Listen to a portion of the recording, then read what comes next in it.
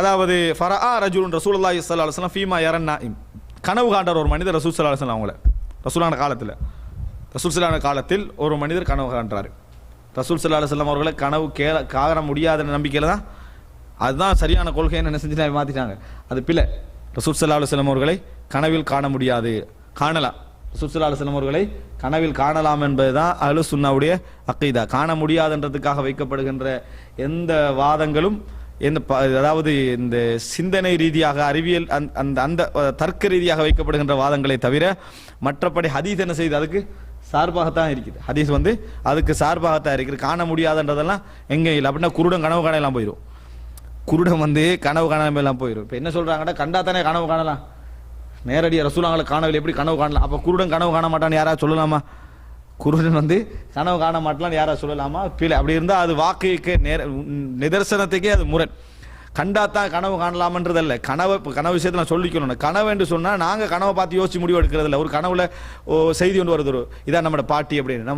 நம்ம பாட்டி இல்லையே அப்படியே யோசிச்சுட்டு இருக்கிறோம். கனவுல நம்ம கனவுல யோசிச்சுட்டு நினைக்கிறோம், இவர் அப்போ கண்டவர் அப்படின்னா இவர் கனவுல வந்திருக்கிறார் போல அப்படியா யோசிச்சுட்டுப்போம். கனவுல நாங்கள் அவரை பார்த்து ஆய்வு செஞ்சுட்டு நினைக்க மாட்டோம். கனவுல மெசேஜ் எங்களுக்கு வரும். எப்படி வரும்? பாட்டியை கண்டே நம்ம சொல்லுவோம். எப்படி சொல்லுவோம்? அது மனதில் அது தோன்றும், இவர் தான் சொல்லி. நம்ம ஏற்கனவே ரிசர்ச் பண்ணி அடையாளங்களை வச்சு மூளையில யோசிச்சுட்டெல்லாம் இருக்கிறது இல்லை. கனவு என்பது அங்கிருந்து வர மெசேஜ், இங்கிருந்து போறதில்லை. அப்ப அந்த நேரத்தில் அங்கிருந்து இது யாருன்னு சொல்லுது, அதுதான் அங்கிருந்து இவர் தான் இவர் அப்படின்னு செய்தி அவர் தான். ரசூலுல்லாஹி சொல்றாங்க, உங்களுக்கு அப்படி செய்தி வந்தா நான் தான் அது. ஏன்? ஷைத்தான் என்ன போல வரமாட்டான்னாங்க.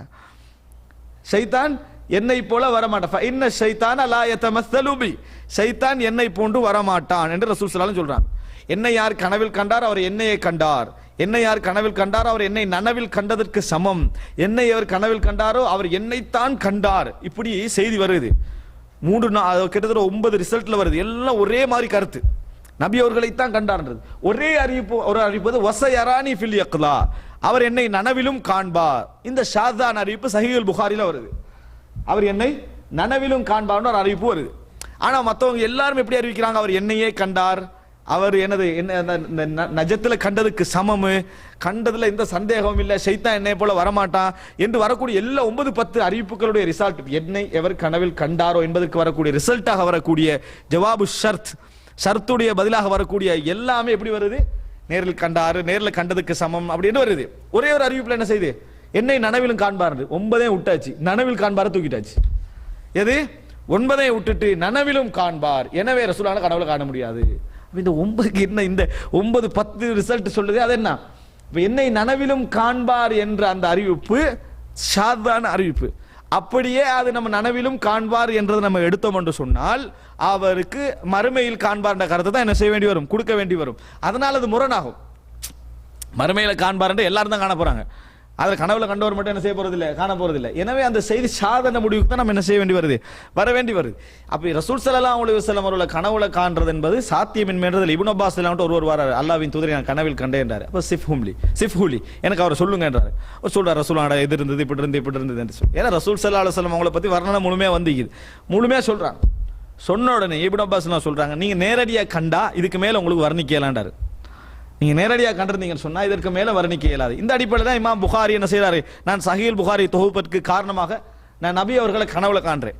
கண்டு நபி அவர்களுடைய முகத்தில் ஒரு ஈ என்ன செய்யுது, நிக்குது. நான் அப்படி தட்டுற மாதிரி என்ன செய்யறேன், அதை தட்டி தட்டி விடுற மாதிரி கனவு கண்டேன். இது போல ஏதாவது ஒன்று நான் செய்யணுமே என்று ஆர்வப்பட்டேன். அந்த அடிப்படையில் நான் சஹீஹுல் புகாரி என்ன செய்தேன், நான் தொகுத்தேன். அதாவது நபி அவர்களை விட்டும், அதாவது அவரை அசிங்கப்படுத்தக்கூடிய விஷயங்களை விட்டு நான் தூரமாக்குறோம் அப்படின்னு இமாம் புகாரி என்ன செய்யறாரு, சொல்றாரு. ஆதாரபூர்வமான செய்தி. அப்ப இதெல்லாம் எடுத்து என்னது, அதை எப்படி கனவுல காண்றது? கனவு இப்படி சொல்லலாம், கனவுல கண்டா அவர் புனிதமானவரா, நேர்ல கண்டவங்களே புனிதமாகல, அபூ ஜஹல் அபூ லஹப்லாம் ரைட்டா. ஏன்னா கனவுல கண்டா புனிதம், கனவுல கண்டா புனிதமும் இல்லை, அவர் சூஃபின்றதுக்கு அர்த்தம் இல்லை. அவர் நான் கனவுல கண்ட பெண்ணா விளங்கிட்டானே, கனவுல கண்டா என்ன நான் கேட்கிறேன். நேரில் கண்டவங்க வைக்கிறான், அபூ ஜஹல் வைக்கிறான், அபூ லஹப் வைக்கிறாங்க, ஒரு இதுவும் இல்லை. ரசூல் ஸல்லல்லாஹு காணுவதனால அது நாளை மறுமையில் அவர் அப்படின்னு அர்த்தம் இல்லை. இதுல நல்ல கனவு தானே, கெட்டவனுக்கு நல்ல கனவு வராதுன்னு இஸ்லாம் என்ன செய்யல, எங்கேயும் சொல்லல. மன்னருக்கு 7 வருடம் பஞ்சம் வரும்ன்றது, யார் நல்ல மன்னரா, காஃபிரான மன்னர். அல்லாஹ் தஆலா கனவு காட்டலையா அவருக்கு? நல்ல கனவுகள் கெட்டவனுக்கும் வரும். நல்லவனுக்கு கெட்ட கனவு வரையலும்டா, கெட்டவனுக்கு நல்ல கனவு வரையலாது. அதனால கனவு என்பது ஒரு நாள் அவருக்கு வந்து ஒரு நல்ல மனிதர், நீ சாலிகான பாஷா நான் ரசூலுல்லாஹ் கனவுல கண்டேன், இனி நம்ம எதுவுமே செய்ய வேண்டிய அவசியம் இல்லைன்னு அப்படி எந்த இது எதுவும் இல்லை. நேரில் கண்டவங்களுக்கே அது இல்லை, அவ்வளவுதான். அதை நம்ம புரிந்து கொள்ள வேண்டிய ஒரு முக்கியமான ஒரு அம்சம். ஆனால் ரசூல் ஸல்லல்லாஹு அலைஹி வஸல்லம் இன்ன ஷைத்தான லா யத்தமஸ்ஸலு பி, ஷைத்தான் என்னை போல என்ன செய்ய மாட்டான், வரமாட்டான். அடுத்ததாக என்ன என்ன பிரச்சனைன்னு சொன்னா, யாரா பிதத்வாதிகள் வந்து ஒரு உண்மையை தவறா பயன்படுத்தினா உண்மையை அடிச்சு விடுறது. மகுதி அப்படின்னு 4 பேர் சொல்லிட்டாண்டா இதுக்கு நல்ல வழி மகுதி, இவர் மகுதி இல்லைன்னு சொல்றதில்ல, மகுதியே இல்லை என்றது. அதான் நல்ல வழின்னு முடிவெடுத்து அப்படி போயிட்டீங்க.